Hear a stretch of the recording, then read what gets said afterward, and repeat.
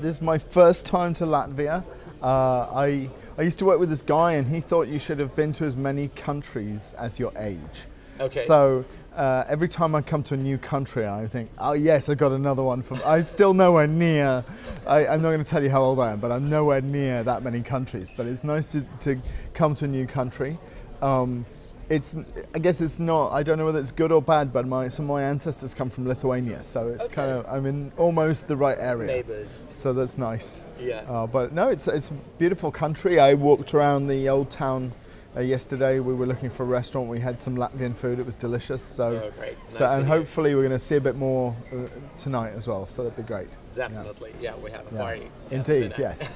So about the conference, some words. Like, is it important, and how important maybe it is for the region or for Europe? I'm just blown away. I had no idea. I mean, Anders told me, 700 people coming to a conference on security in Latvia, and I was like, I believed him, but it's another thing to see so many people, so many different tracks, so much interesting research. It's an incredible conference. I'm really, really proud to have been invited and to be here. It's been amazing, and I've just really enjoyed listening to so many different viewpoints and stuff. It's been really cool.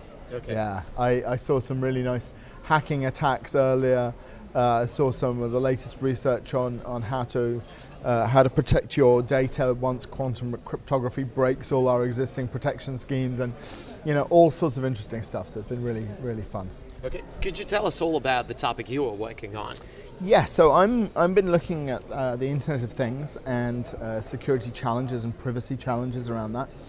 And I've been doing this for more than 3 years, and it's certainly a lot of concerns I've had all that time. I've been talking about it, but it's only just waking up, really. It's mad that I think the Mirai attack, which happened on Friday, where the 100,000 IoT devices were turned into a botnet that brought down the internet in the east coast of America, was the first time people really realized the danger of what's happening. And what's really scary is that was 100,000 devices.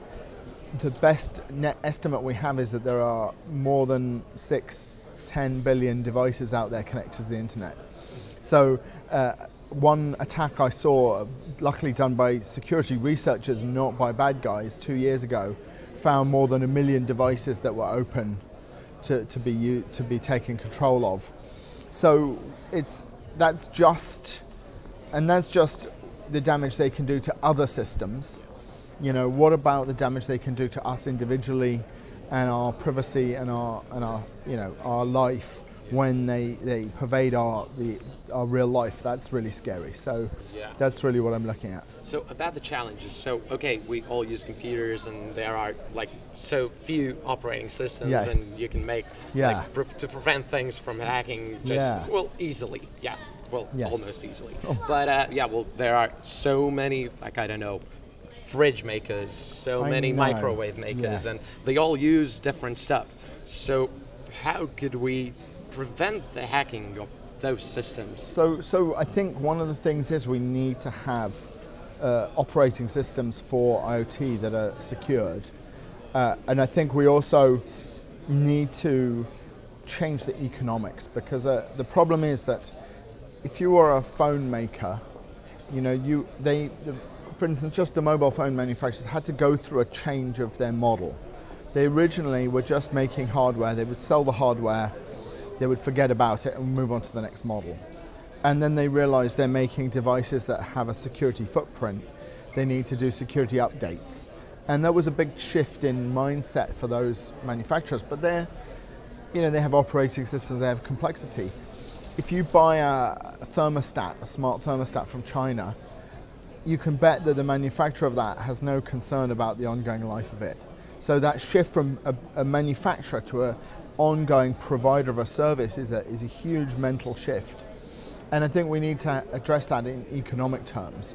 But I'm not doing that. I'm trying to build a secure operating system and model for IoT devices. So I'm basically trying to build a secure network side operating system combined with the right bootloader on the device, so that, for instance, every device has a secure identity, You have a secure way of taking ownership of that device and control. Everything's encrypted. There's no backdoors into it. So that's really my research is trying to solve the problem you came up with, which is how do you do that? Now, it's still fairly theoretical because, you know, how do you get those manufacturers to take it on board? Mine's open source, but it doesn't mean people are going to do that.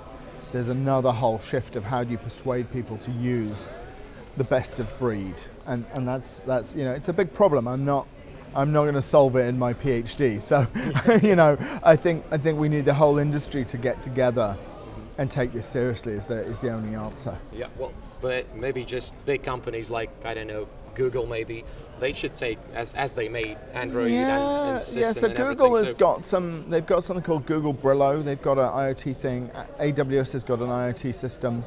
Amazon, that is. Microsoft has. IBM has. So a lot of these big companies have systems, but unfortunately I don't think they are all demonstrating yet the best of breed security. So I think there's another challenge, which is to get to that level where everyone's doing the best of breed.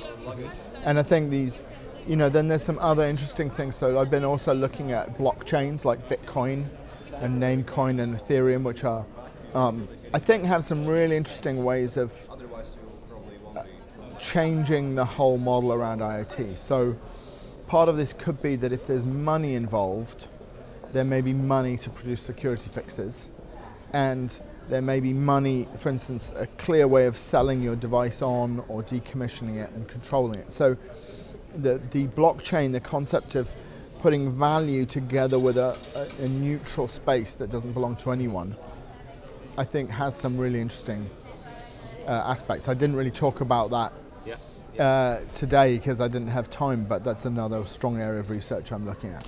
Okay. So the recent attack, the DDoS attack, yes. Well, it didn't take people lives. It didn't take lives, no. Yeah, but is there a challenge to prevent people dying, like cars are connected to internet?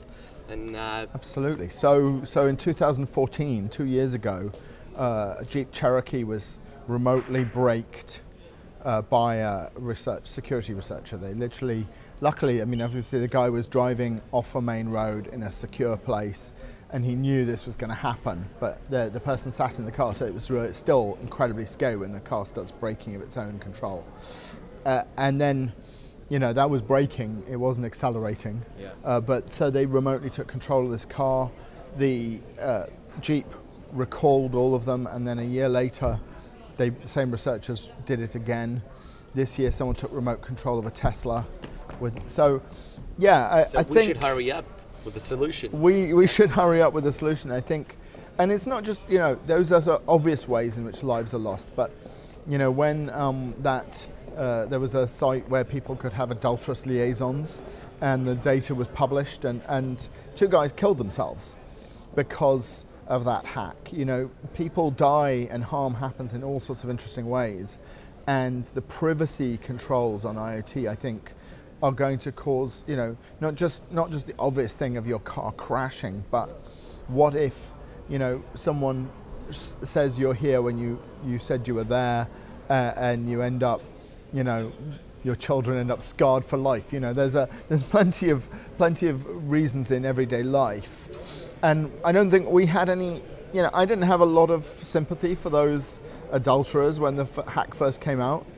But when people actually killed themselves, it switched in my mind from being something where, you know, yes, I was laughing at them, but actually it's not worth, you know, losing your life over. Mm-hmm. So death unfortunately is going to happen at some point. But in the meantime, I think, I guess the concern I have is people don't really care about this stuff when it's abstract. And I think this attack last week made it less abstract. People couldn't get onto the internet, but it still feels like a sort of quite an abstract thing. It was a general attack against a whole lot of people. I think when we start seeing IoT data and devices being attacked and it causing very specific harm to people, maybe not death, but just something, I think then people are going to suddenly wake up and realize what we're doing here. Okay. Yeah. We touched some bad things about IoT yes. and hacking, but is there like some good things in near future connected with IoT, Absolutely. with connecting everything. So this is why this is why I'm doing this. It's not because I'm a pessimist and I hate IoT. I'm trying to build a system which allows you to consent to share data and consent to share your identity and control what you share. So I have I'm diabetic, so I have a real concern about this. I am wearing a little device on me that is constantly measuring my blood sugar every 15 minutes, and I download it and it's on my system, and that's amazing that I can do that. And I would love to be able to share, for example, my average blood sugar with my diabetic nurse. That would be fantastic. But I don't necessarily want to share it with my insurance company. Because I don't want them to put up my insurance, and I might want to share my average, but everyone has highs and lows, and that's fine. But if the insurance company sees those highs and lows, they're going to say, Paul, you shouldn't be having those highs and lows. I'm not going to insure you to drive, or something like this. And so I think we need the control. Now, if they said, okay, Paul, if you're willing to share your data, we'll give you a 25% discount because we're basing this on the average diabetic, and you're actually healthier than average. We can give you a better deal. Yeah. Then I might think about it. So there's all sorts of positive things we can get out of this, but I think the right controls and the right security have to be there. So I'm not a pessimist. I'm an optimist that we can fix this, but I think we just need the right attention and the right brains. So one of the things I always say in my talks is, here's a room full of smart people who are all solving challenges, and if we all get together and come up with the right exemplars, the right ways of doing things, and the right open source code and everything else, that's going to solve the problem. If we all hoard it to ourselves and don't share best practices and just fix our own little pieces, we're going to be in trouble. Yeah, definitely. So at the end, maybe some wishes for the viewers, for the audience, maybe on the near future. Yeah, so obviously I don't want to see people dying or coming to harm through IoT security. I think the wish I have is that we can create a better world with IoT that that gets the right balance between good and harm. There's security and privacy are always a balance. And we need a balance where, for instance, people can share the right information, get the right benefit, but not have it misused against them. And that's, I'm just amazed at how many smart people I've met at this conference. And I know that even if just 1/10 of us were working on that problem, we would quickly come up with some major solutions.